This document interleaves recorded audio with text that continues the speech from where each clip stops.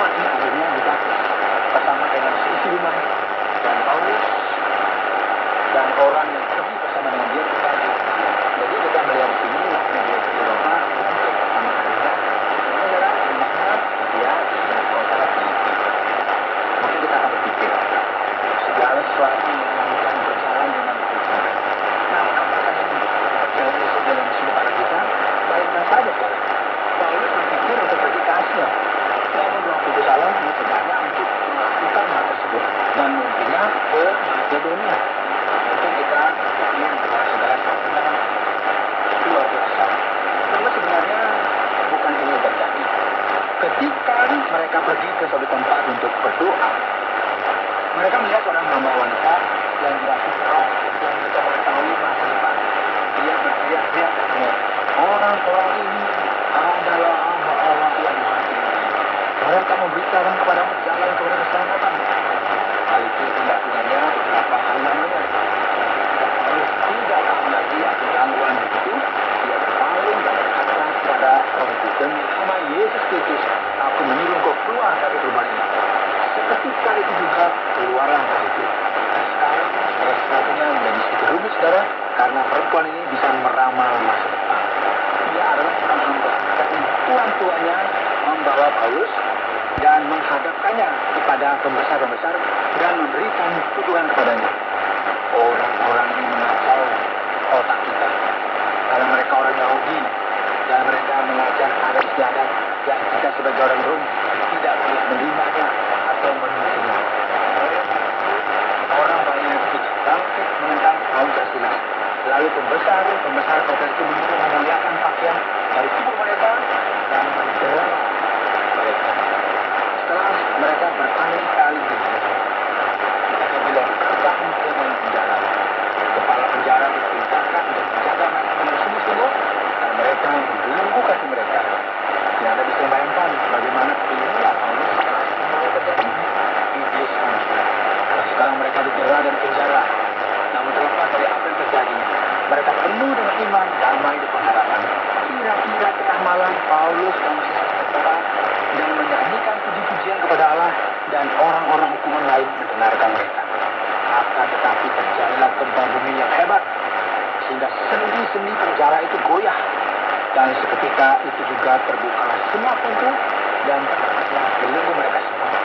Kepala penjara tersebut menjadi takut dan gusar karena keadaannya sekarang menjadi semakin rumit. Karena ia adalah kepala penjara yang harus bertanggung jawab atas semua tawanan yang dipenjara di sana. Kepala penjara ini memiliki keadaan yang cukup stabil karena ia merupakan pegawai dari pemerintah Romawi bekerja di penjara. Namun tiba-tiba semuanya hancur. Mungkin ia perlu membayar semuanya itu dengan nyawanya, sehingga ia mengambil pedang dan tidak membunuh dirinya. Luar biasa. Kita melihat bagaimana orang-orang merencanakan sesuatu. Namun pada akhirnya Allah yang melakukan sesuatu yang ia kehendaki dalam kuasa dan kebenaran. Saya tidak tahu bagaimana ini bisa terjadi. Apakah ini semacam suara penonton keras begitu atau mungkin tidak? Tapi Paulus lakukan pada waktu itu dan berteriak supaya orang tersebut tidak membunuh dirinya. Jangan melakukan dirimu, sebab kami semua masih ada di sini. Kepala penjara itu menyuruh pembawa surat lalu berdiri masuk dan dengan gemetar tersebutnya di depan Paulus dan Silas. Akhirnya ia berkata mengenai tuan-tuannya, apakah yang harus aku berbuat supaya diselamatkan? Paulus sendiri tidak memiliki pengawal penjaga dia. Ia dikurung penjara dan dia senantiasa pergi dari satu tempat ke tempat lain, senantiasa bergantung kepada.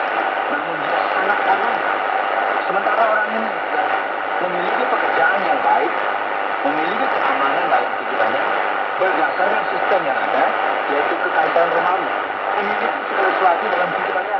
Jadi ia bukan siapa-siapa lagi. Pantas saat ini dia membuka hatinya, menyatakan kelemahannya. Itu sekali bahwa saat ini adalah apa yang baru saja mendera Paulus. Sekarang harus berkata, percayalah kepada Tuhan Yesus Kristus dan engkau akan selamat, engkau dan seisi rumahmu. Lalu mereka memberitakan firman Tuhan kepadanya dan kepada semua orang yang ada di rumahnya. Pada jam itu juga kepala penjara itu membawa mereka dan masuk di dalam mereka. Seketika itu juga dia dan keluarganya diberi juga lalu membawa mereka ke rumahnya dan menghidangkan makanan kepada mereka. Dan mereka semua bergembira oleh karena apa yang Allah telah berbuat. Setelah hari siang, pembesar kota menyuruh pejabat kota pergi kepada kepala penjara yang bisa lepaskanlah kedua orang itu. Kepala penjara menjelaskan pesan itu kepada murid katanya, pembesar kota telah menyuruh melepaskan kamu. Namun Paulus berkata kepada orang-orang itu, oh, tunggu dulu. Tanpa diadili, mereka telah menerangkan warga negara Roma di muka umum, lalu melebarkan kami dan berkata, sekarang mereka mau mengeluarkan kami dengan diam-diam? Tidak demikian. Dia yang datang sendiri dan membawa kami keluar.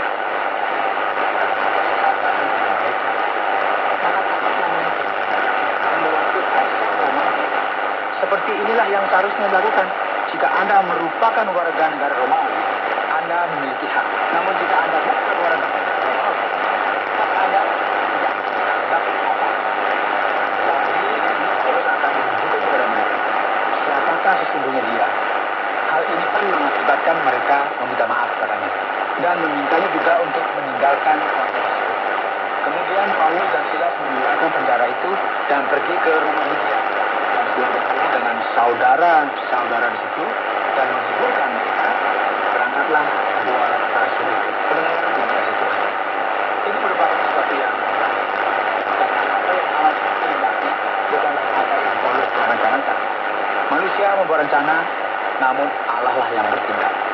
Ketika segala sesuatunya menjadi semakin parah, Paulus menyadari bahwa pada akhirnya Allah menyatakan bahwa dialah pemegang kendali dari segala keadaan. Ini adalah kebenaran yang luar biasa yang kita bisa pelajari dari kisah para rasul. Manusia merencanakan, namun Allah lah yang bertindak. Karena Allah itu adalah Allah yang berdaulat.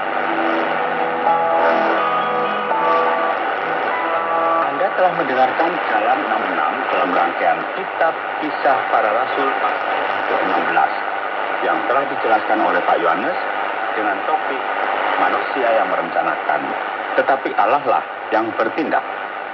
Saya yakin sekali bahwa para pendengar terkasih telah mendengarkan penjelasan ini dengan seksama. Dan sekarang, mari kita beranjak kepada bagian tanya jawab dari Kisah Para Rasul pasal yang ke-16 ini. Sebenarnya Pak Yohanes, saya tidak tahu di bagian manakah saya harus mulai bertanya. Barnabas dan Paulus berselisih paham oleh karena Markus.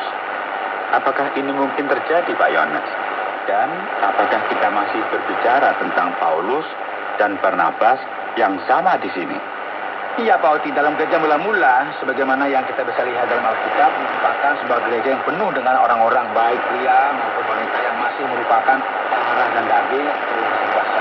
Mereka tentu memiliki perselisihan dan penting sekali untuk kita memahami bahwa Markus merupakan keponakan Barnabas. Dan nanti kita bisa melihat hal ini dalam kitab Kolose pasal 4. Jadi Markus sangatlah dekat dengan dia. Paulus tidak setuju dia ikut dalam perjalanan mereka lagi. Karena dia telah meninggalkan mereka dalam perjalanan misi yang pertama. Ketidaksepahaman ini menyatakan kelemahan manusia di tengah segala sukses yang dimiliki oleh gereja mula-mula. Sekarang Pak Yohanes, Paulus ini kan selalu kontroversial, orang yang susah untuk dimengerti. Di Galilea, ia sendiri mengutuk sunat. Namun saat ini, mengapa ia ingin menyunatkan Timotius?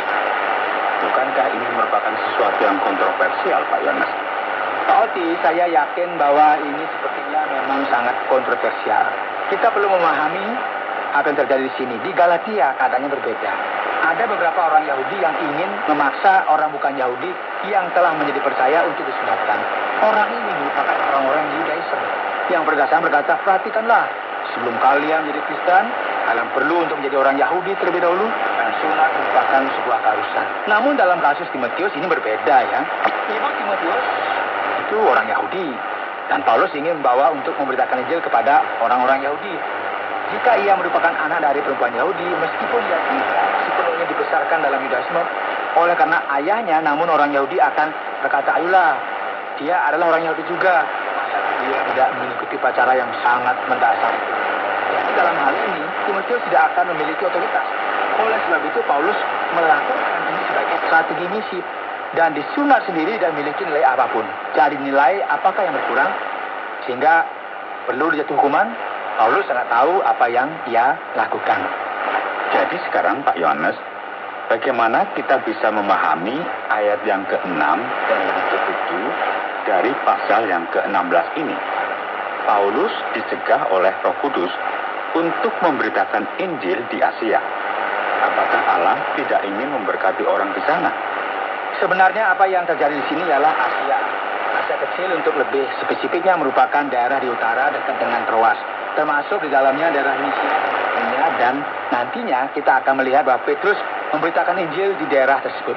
Ketika kita membaca surat-surat Petrus, kita akan melihat bahwa daerah-daerah ini juga akan disebutkan. Jadi, Paulus akan memberitakan Injil di mana saja Allah kehendaki. Dan daerah itu telah dipersiapkan secara spesifik untuk Petrus. Ini tidak berarti bahwa Allah menentang Asia dan lebih memilih Makedonia. Dan ini harus jelas biar kita nggak salah paham. Sekarang, apakah Bapak bisa memberikan penjelasan mengenai ayat 10 dan selanjutnya? Karena kalau kita memperhatikan akan bagian ini, memakai subjek orang pertama jamak. Mengapa bagian ini kemudian berubah, Pak Yohanes? Menarik sekali, benar sekali bahwa ayat 10 dan selanjutnya ya kita melihat orang pertama jamak, yaitu kami. Di sini kita melihat bahwa firman Tuhan berkata, segeralah kami mencari kesempatan untuk berangkat ke Makedonia. Apa yang bisa kita simpulkan dari hal ini? Paulus sedang berada di Troas dan sejak saat ini Lukas ikut naik ke dalam perahu. Ayat ini dalam Kisah Para Rasul 16:10 akan senantiasa kita lihat di sini. Lukas naik ke perahu dan berangkat ke dalam perjalanan misi ini bersama dengan Paulus sampai di sini. Dan inilah mengapa kita memiliki sebuah data yang sangat akurat, karena Lukas sendirilah yang melihat segala sesuatu dari pasal 16 dan seterusnya. Dan setelah ini, mereka akan bertemu dengan Lydia di pasal ini. Begitu penting, Pak Yohanes. Ya, memang Lydia merupakan wanita yang sangat spesial karena dia akan menorehkan suatu tanda yang spesial. Namun sebelumnya kita perlu tahu, dan sedikit saja orang yang membayangkan hal ini, bahwa nama sebenarnya bukanlah Lydia. Mungkin sekali ia disebut Lydia karena ia berasal dari daerah tersebut. Jadi sebagaimana hal ini sering terjadi ketika seseorang datang dari provinsi lain, kita biasa memanggil mereka hei Jawa, misalnya. Hei Bali. Ini kan kayak apa ya? Kayak panggilan karena dia berasal dari sana. Memanggil orang dengan nama daerah asal mereka. Jadi ia dipanggil Lydia oleh karena ia berasal dari sana. Ia adalah seorang pedagang. Ini menarik sekali karena ini merupakan saat pertama ketika Injil sampai ke Eropa dan seorang wanita bertobat. Ia bukan orang Yahudi. Ia adalah seorang imigran dan ia adalah seorang wanita. Jadi kita bisa melihat bagaimana Injil sampai kepada orang-orang yang tidak banyak kita harapkan. Jadi seluruh konteks Eropa berubah. Sejarah dari dunia barat berubah. Dan sebagai akibatnya, semua orang yang tinggal di benua Amerika juga terkena dampak dari semuanya ini. Sekarang, bagaimana hal ini mungkin, Pak? Ayat yang ke-17 berbicara mengenai roh jahat yang menyerukan Injil. Apakah benar begitu? Dapatkah iblis melakukan hal ini, Pak Yohanes? Mana mungkin ada iblis yang memberitakan Injil ya? Tentu ini merupakan sesuatu yang baru. Lihatlah, ada misionaris baru yang memberitakan Injil. Siapa dia? Roh jahat. Tidak ada seorang pun akan berpikir bahwa ini merupakan sesuatu yang mungkin terjadi. Namun sebenarnya, kita lihat ya, apakah roh jahat ini mencoba menyebabkan kebingungan? Mungkin sekali. Perkataan Allah yang maha tinggi di sini merupakan referensi dari Zeus itu. Jadi sebenarnya apa yang dikatakan oleh roh itu adalah orang-orang ini memberitahu kepada kamu tentang Allah yang sudah kamu kenal. Jadi tidak mungkin kita menemukan iblis yang bersama dalam memberitakan Injil Yesus